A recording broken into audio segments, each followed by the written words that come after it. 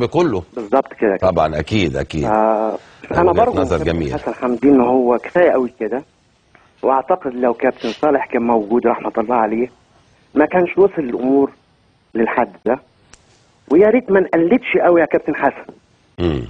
يعني يا ريت ما نقلدش حد. صالح سليم رحمه الله عليه، انت كابتن حسن حمدي لك شخصيه اخرى واتجاهات اخرى، والجماهير الاهلي والزمالك وكل المصريين بيطالبوك بالعفو عن عصام ومش عارف. شكرا يا سياده المستشار. مدام شيماء من الجيزه، مساء الانوار يا مدام شيماء. مساء الخير يا كابتن مدحت، ازي حضرتك؟ ربنا يخليك. ازيك يا كابتن عصام؟ ازيك يا ست الكل، اخبارك ايه؟ مبروك للاهلاويه على الدوري النهارده. الله يبارك فيك. وانا مبسوطه جدا يا كابتن عصام ان انت هترجع للنادي الاهلي. لسه ان شاء الله هترجع للنادي الاهلي. والنادي الاهلي يعتبر نادي الكبير وهو الاب، والاب دايما يغفر للابن يعني. الله يخليك. فان شاء الله هتبقى معانا ان شاء الله في نادي الاهلي باذن الله. شكرا يا مدام شيماء، نشكرك شكرا جزيلا. معايا برضو تليفونات كتير جدا الحقيقه، الناس بيحبوك قوي يا عصام ما شاء الله، وانا متوقع انه مباراه. بس انا عايز قبل ما محمد نصر يوريك كليب صغير تاني، انا عايزك تقول كلمه لنادي الاسماعيلي، هذا النادي العظيم اللي انت بتنتمي له هذا لا هو النادي الاسماعيلي والله العظيم يا كابتن عايز اقول لك حاجه، يعني هم ناس عارفين ان انا حتى هناك الحمد لله مجلس ادارته بجماهيره بلاعيبته بالجهاز الفني، هم عارفين ان انا يعني كراجل محترف بطبق الاحتراف على زي ما انا اتعلمته بالظبط. ولما بنزل زي ما قلت لك انا في تمريني وانت تعرف ان انا في تمريني في اي حته ما بعرفش اهرج. انا بنزل تمرين مع الاسماعيلي قدامي ساعه ونص، ببقى نازل من بيتي وانا مسافر الاسماعيلي ساعه ونص، عارف هعمل ايه في بيتي، وانا نازل من البيت عارف انا هعمل ايه في التمرين النهارده. نعم. بنزل التمرين بخلص تمريني بروح في ماتش في اي بركز، لان زي ما قلت لك انا بلبس الفانيلا بتاعت النادي الاسماعيلي بحافظ عليها. ممكن في بعض الناس في الاسماعيلي ممكن بتزعل مني ان انا لما باجي اقول يا جماعه ان انا راجل اهلاوي هو بيزعلوا مني. وفي بعض الناس بيقول يا جماعه الراجل ده احنا لازم نحترمه ان هو الراجل ما بيضحكش علينا. بس الراجل لما بينزل بيطبق الاحتراف. الراجل لما بينزل بيلبس فانيله الاسماعيلي وبيحافظ عليها. يشوف ماتشات كل ماتشاتي مع الاسماعيلي، ما فيش ماتش الحمد لله توفيق ربنا سبحانه وتعالى ان الا ببان بشكل ان انا بحافظ على اسم النادي الاسماعيلي، بحافظ على اسم جماهير النادي الاسماعيلي، مجلس ادارته. يعني دي حاجه زي ما قلت لك انا راجل مرتبط معاهم بعقد، وزي ما قلت لك انا يعني ما فيش حد بيقدر يمسك عليه حاجه. ليه؟ لان انا طالما في عالم احتراف لازم احافظ على اسم كيان النادي ده بالظبط. لاخر يوم انا اخر يوم انت بتؤدي على اعظم ما يكون، ونديهم تقديرهم الكامل للاسماعيلي. في ايجابيات في سلبيات. الحاجات دي انا ما بحطهاش في دماغي. انا المكان ده اكلت فيه عيش وملح لازم احافظ عليه. جميل. طالما اكلت عيش وملح لازم احافظ عليه. جميل يا عصام. طب نشوف الكليب ده يا محمد ونرجع تاني. فآن الأوان لنقول عفى الله عما سلف، وترجع إدارة الأهلي العظيمة وجماهيره الوفية إلى المولى عز وجل عندما قال إن الله غفور رحيم. فلما لا نقتدي بكلام المولى سبحانه وتعالى ونصفح، فالصفح من شيم الكرام. وإدارة الأهلي الرائعة لا ينقصها هذا الكرم.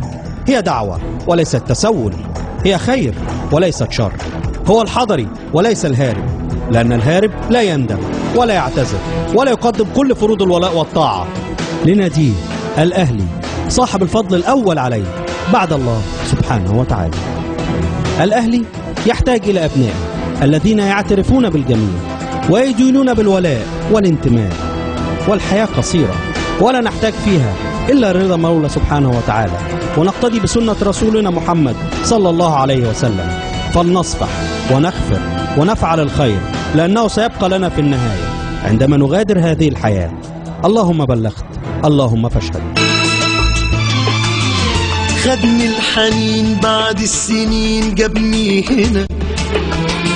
هنا للمكان اللي اتولد فيه حلمنا، وبكينا فيه وضحكنا فيه من قلبنا.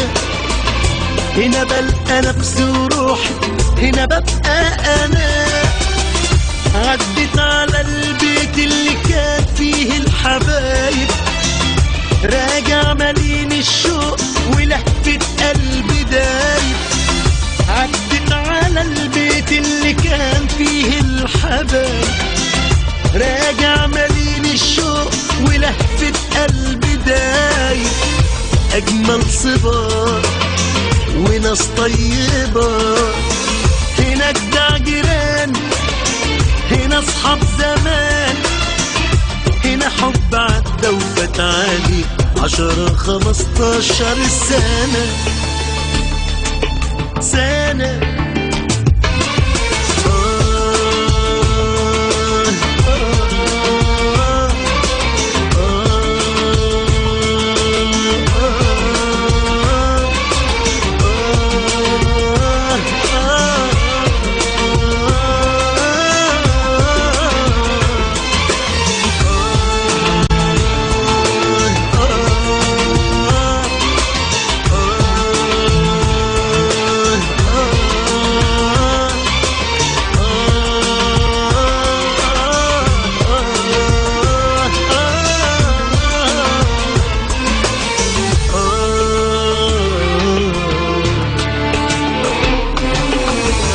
تعب السنين بنسى هنا حضن دافي، لو حتى حمل الدنيا كله فوق كتافي. هنا ايد بتمسح دمعتي تهون عليا، فين الاقي حنية كده والله ما في. رجعني ليها الشوق وبعشقها انا، احساس واخدني لفوق خلاني انا. عدت على البيت اللي كان فيه الحبايب، راجع مليان الشوق ولهفة قلبي دايب. عدت على البيت اللي كان فيه الحبايب، راجع مليان الشوق ولهفة قلبي دايب. أجمل صبا وناس طيبة، هنا جدع جيران، هنا اصحاب زمان، هنا حب عدى وفات عليه 10 15 سنة. سنة.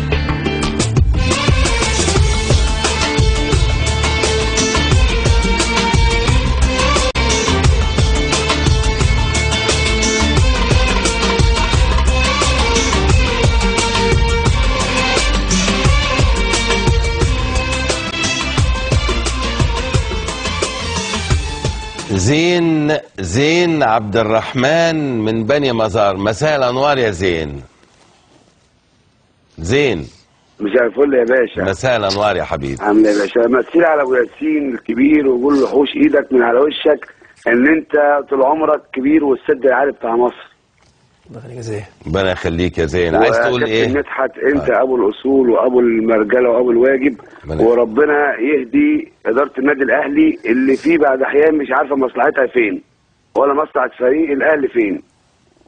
شكرا يا زين. السد العالي يا باشا عمره ما يتهد. طبعا. ومثل على ابو ياسين، والف مبروك للنادي الاهلي ببطوله الدوري. شكرا يا حبيبي، اشكرك. مدام وفاء من باب الخلق، مساء الانوار يا مدام. مساء الخير يا كابتن مدحت. اهلا وسهلا. ازي حضرتك؟ ربنا يخليك. انا بمسي على الكابتن عصام الحضري، وبناشد مجلس الاداره برجوع الكابتن عصام الحضري. حضرتك اهلاويه؟ اهلاويه، وانا متاكده ان ال 80 مليون دلوقتي فرحانين وسعداء قوي وعايزين الكابتن الحضري. والله يعني انا قدامي يا مدام وفاء، اقسم لك بالله انا قدامي اكتر من 1300 رساله، لم اصادف رساله واحده، وده شيء غريب جدا واجماع غير طبيعي من جماهير النادي الاهلي كلها بتتمنى عوده عصام الحضري للنادي الاهلي. ده حضرتك اللي احنا بنتمناه، وكل جمهور نادي الاهلي عايزين الكابتن عصام يرجع لبيته، وربنا عفى الله عما سلف. شكرا يا مدام وفاء. شكرا جدا. اشكرك شكرا جزيلا. الله يخليك.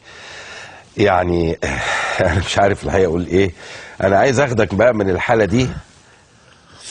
طيب ناخد تاني. معايا مين؟ الفنانه خلود. اهلا وسهلا يا استاذه خلود. مساء الخير يا كابتن مدحت. مساء النور يا فندم. اهلا وسهلا. ازي حضرتك؟ ربنا يخليك. يا اهلا والله انا بتابع برنامجك بشكل مش طبيعي. ربنا يخليك. وحضرتك محايد جدا. اشكرك. وطبعا انا عايزه اقول للكابتن عصام الحضري ان هو منور الشاشه. الله يخليك يا خليل، الله يخليك يا رب. ومش عارفه اقول لك ايه، انا زملكاويه بس بقيت حضراويه. كويس، خير وبركه. فمنين ما الكابتن عصام بيروح احنا وراه. تتمني تشوفيه في النادي الاهلي يا استاذه خلود؟